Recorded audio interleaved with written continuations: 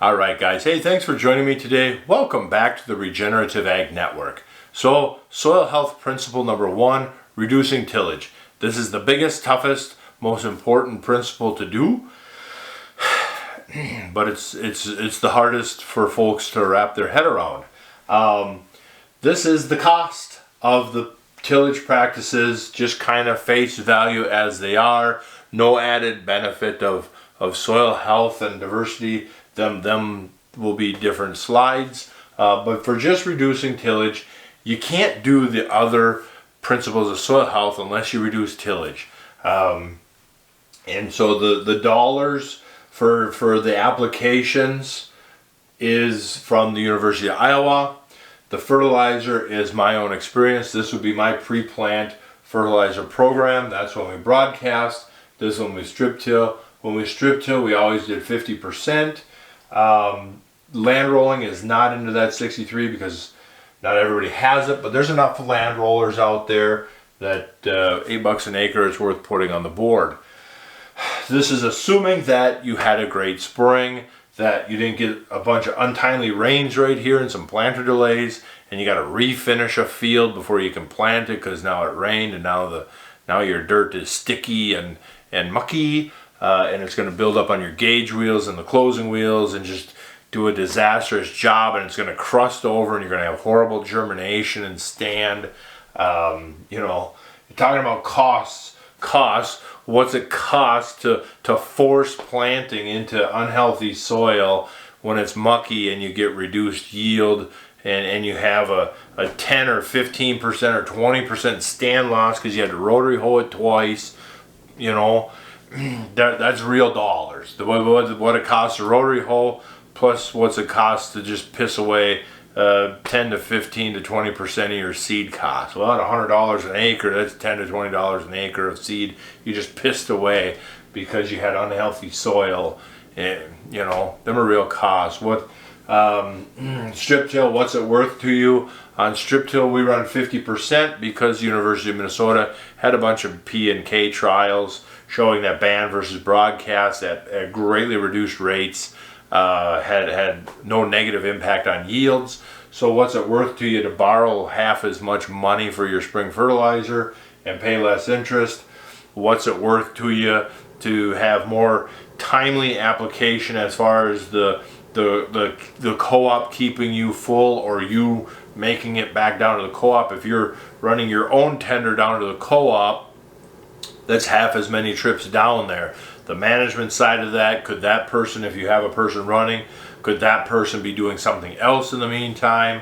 For us, it was the difference of instead of getting a fill in the morning and a fill at noon, or waiting for a refill sometime after lunch, and then either the end of that day or the next morning having to be there right away. It went from let's start out first thing, the first day before you get going, you have them out there a couple days ahead of time, so you're obviously not waiting on them. Then you get going that first day and you call in that morning and be like, hey, by the end of today, bring me this many tons, the cart's at this location. And that was 100% less mental health stress than this whole disaster going on. And the mental health stress, that's the whole point of making farming great again, is this whole disaster over here of working mud holes to get them to dry out just so then you can cultivate the rest of the field to spread your fertilizer. The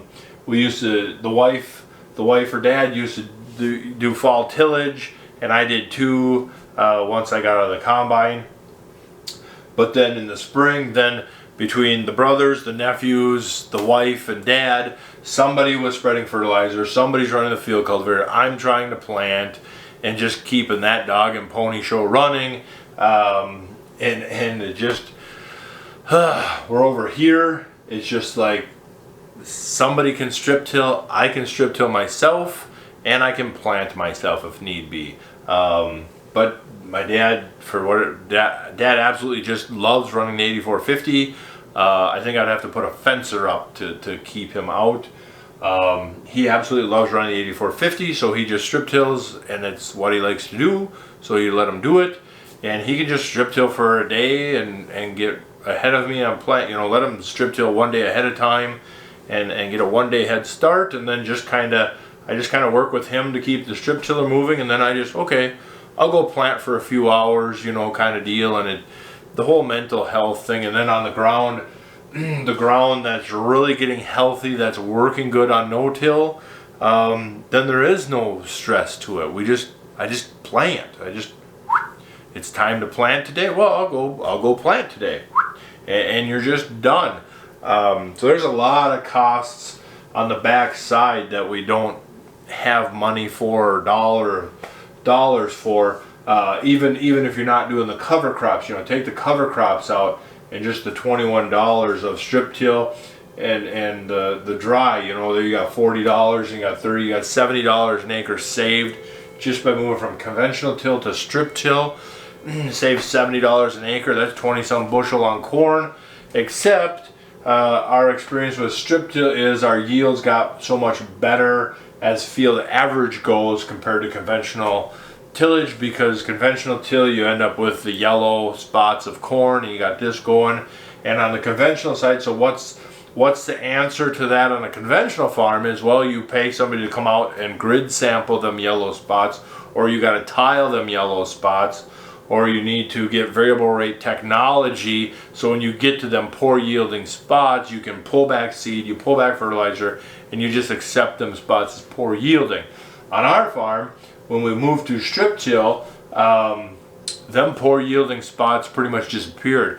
Instead of being 20% of field average, they are now 80% of field average. They just lit on fire. By putting that fertilizer and moisture under the root, that crop took off. The other thing is moisture gets away from the seedling in strip till with our shank machine. The moisture just gets away from there, but then when it turns dry, that strip also becomes a wick, and the ground in between is covered, so there's always helping hold that moisture in. Where on this side, what happens is all this fertilizer you put down goes into the top inch. By the time you stir it in, it's in that top inch. By late season is one, that soil is compacted, it's tight, there's very little air, and it's hot. It is hot as heck. So there is no life around that upper shallow root zone and all that fertilizer you just bought. And the other part is 2/3 of the fertilizer you just bought aren't near a root zone. It's just in the field as an amendment. Well, that's fine if it's P and K, but sulfur isn't going to be there next year, so why throw sulfur in a broadcast form? And so when we brought sulfur over to here at half as much applied, we saw no sulfur striping than we did over here, where we had twice as much sulfur broadcast. And so just the efficiency of the plant, getting a bang for your buck on the fertilizer, but there's no moisture, there's no air, there's no roots going, there's no nutrient transfer. It's all relying on built fertility in the ground. We're over here, you sure are pulling a lot of nutrients out of fertility on the ground. Some of these granules are only going to break down so fast. But then that means we're building anything not used. We're building fertility level down in that root zone, not in that top 1 to 2 inch zone. And so there's a big difference there too, that long run. Bringing the cover crops with the no-till and the strip till, that's when things really took off. And so for us, our first dabble into all this was a couple years of no-till, and we did it the first year. And it was super cool because it was like we just planted beans and it was done. We noticed the next year the ground was starting to get a little bit of hardness to it, and so then we just no-tilled again, and it worked out fine. We saw some issues with roots, starting to get some horizontal roots going, and you saw two things going. One, you had so many people saying, well, see, that proves that it don't work here. But then you also had other people saying, don't worry, it takes 5 to 7 years for that soil to come around. And then at that point I met some of the folks from NRCS, and they were like, yep, here, read this, look at this, and they started giving me information to read and study. And and so then we started cover cropping, and then the cover cropping started to fix all that compaction issue. But then we also built the very first strip till cart, and that was our weaning tool from conventional to from conventional to no-till. That strip till is just a perfect intermediate weaning tool to just still do a fantastic job. But it does such a great job with fertilizer management and placement. I'll never get rid of it. I will always have some use for the strip till, and we picked up a lot of sod ground. The last couple years of no-tilling has just been kind of rough on that. It's poor fertility, no soil structure. It is not soil health. It is not soil health. And so we're gonna pull back the old strip till cart, and we're gonna get back into that ground, and we're gonna put, since there's not much fertility in the soil, we're gonna place the fertilizer where the crop needs it, and we're gonna build soil health over the next 3 decades on that land.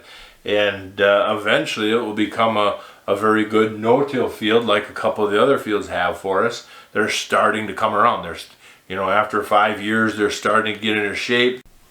So they'll get into shape, and then I had a film change on the camera. The card got full. So that's where the strip till is also a big thing for us, is on this newly rented ground. You're saving half the fertility money, but you're still growing a good crop. You're feeding the crop as needed. If we went into that ground on conventional till, you're dealing with sod. To disc grip sod is just an absolute disaster. You'd be out there with a moldboard and clean it up, or you'd be out there with 17 passes with a finisher to finally break down that sod, and it'd be rough and clumpy. I really like these things. So these are the drivers that bring conventional tillers to the topic. The mud and timeliness. Fighting mud in the spring between equipment getting stuck, equipment plugging with mud, and planting on time because of mud or inconvenient rains. What's that worth to you? What if equipment gets damaged or somebody gets hurt while fighting mud equipment between carrying chains and cables, and they tweak their back, or a chain or cable or rope breaks and somebody gets hurt, or a piece of equipment gets damaged? What's that worth to you? There's a couple people that die every year from pulling vehicles and equipment out. That would be horrible. The timeliness of planting and crop care. What's it worth to you that when it's time to spray your herbicide, you can spray your herbicide and not have to have that mental stress of, crap, I'm delayed 2 weeks. When can I get to the field? I'm starting to see things come. In 2 weeks, they're going to be here, and there's no stopping them. We need to go now. So then you try spraying, and you get stuck, and then you got another tractor driving over your beans, making a mess, pulling you out, and how much crop damage did that cost you? And now that rut is going to be there for the rest of the season. And then timeliness of side dressing, same thing. You need to get out there today to side dress because it's time, but the weather keeps acting up, and so you get stuck, and now you run over a bunch of corn, or you're delayed 2 weeks and your corn starts to yellow. What's it worth on a harvest or yield data that you got your nitrogen when you're supposed to versus 2 weeks and the plant has a little recovery there? Noxious weeds and diseases. There are some diseases that are totally conventional farm diseases or modern farm diseases. SCN is one that the soil health community is just like, don't have it. The conventional farmer, modern farmer, is going to put in a neonicotide in furrow to kill the nematodes that are the soybean cyst nematode, but the problem is that other nematodes are the natural predator of the soybean nematode, and so SCN, the soil health world, says that that's just a modern farmer problem. That's not a soil health problem. Some of your noxious weeds, again, are a modern farmer problem, not a soil health farmer problem. Weeds are Mother Nature's way of keeping the ground protected with a living root and bringing in diversity.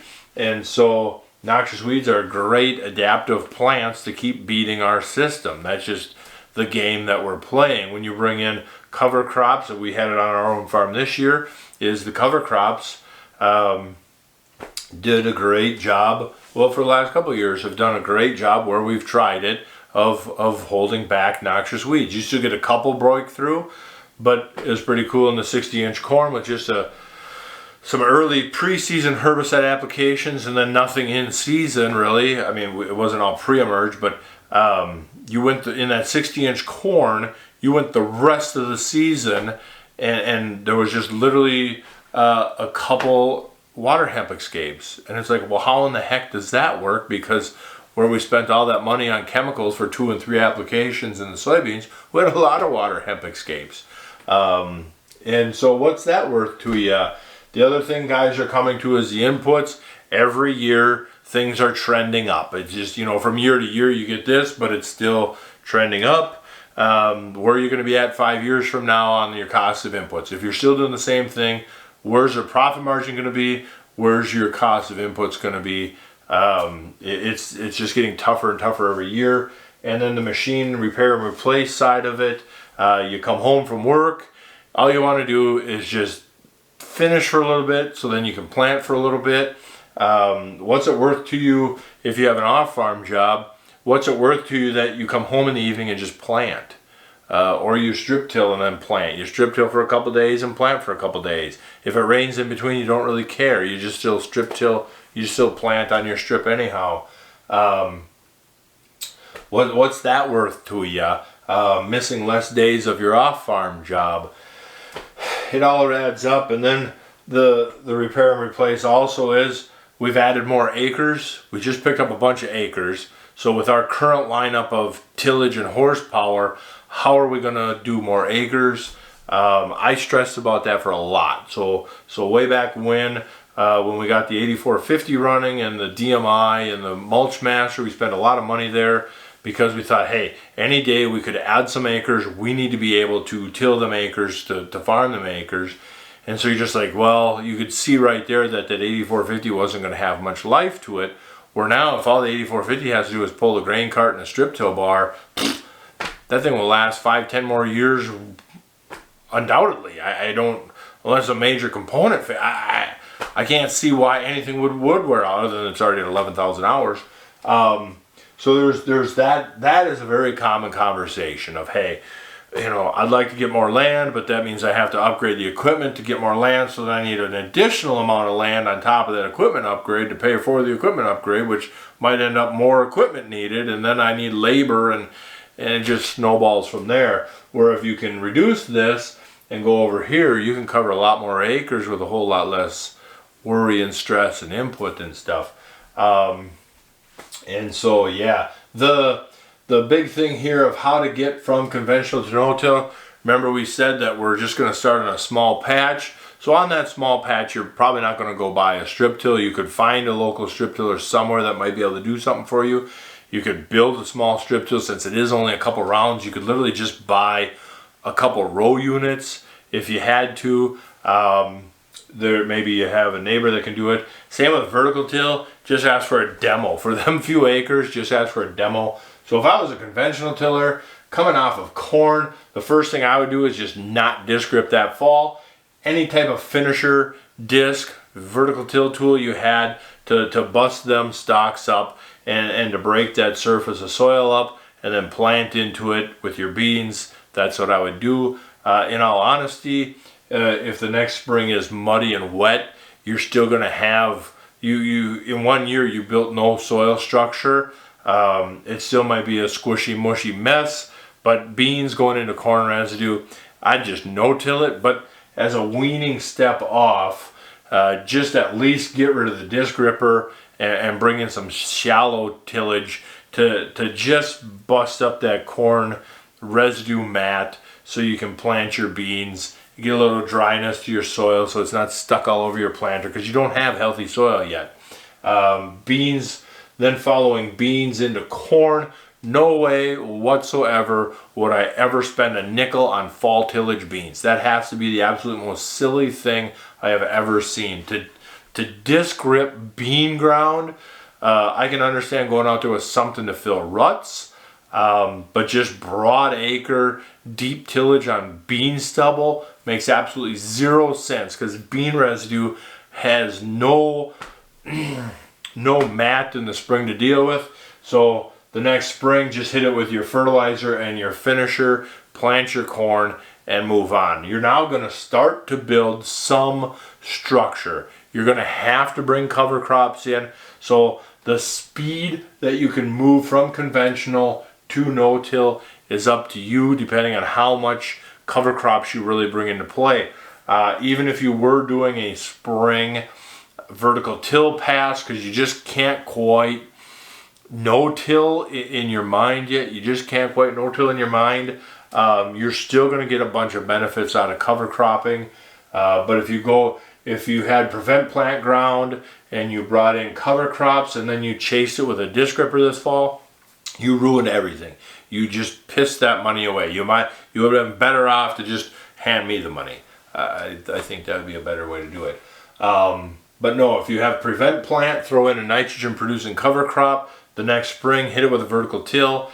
Same thing with this crop. You throw in some cover crop. It's going to put roots down. It's going to put carbon in the soil. It's going to bring life in the soil. You will start to build structure, even if you are doing a very shallow stir up on top. Eventually, you're going to start to see that, oh, okay, maybe you need to just go to strip till, or you can start to see that no-till is going to kind of work on that scenario.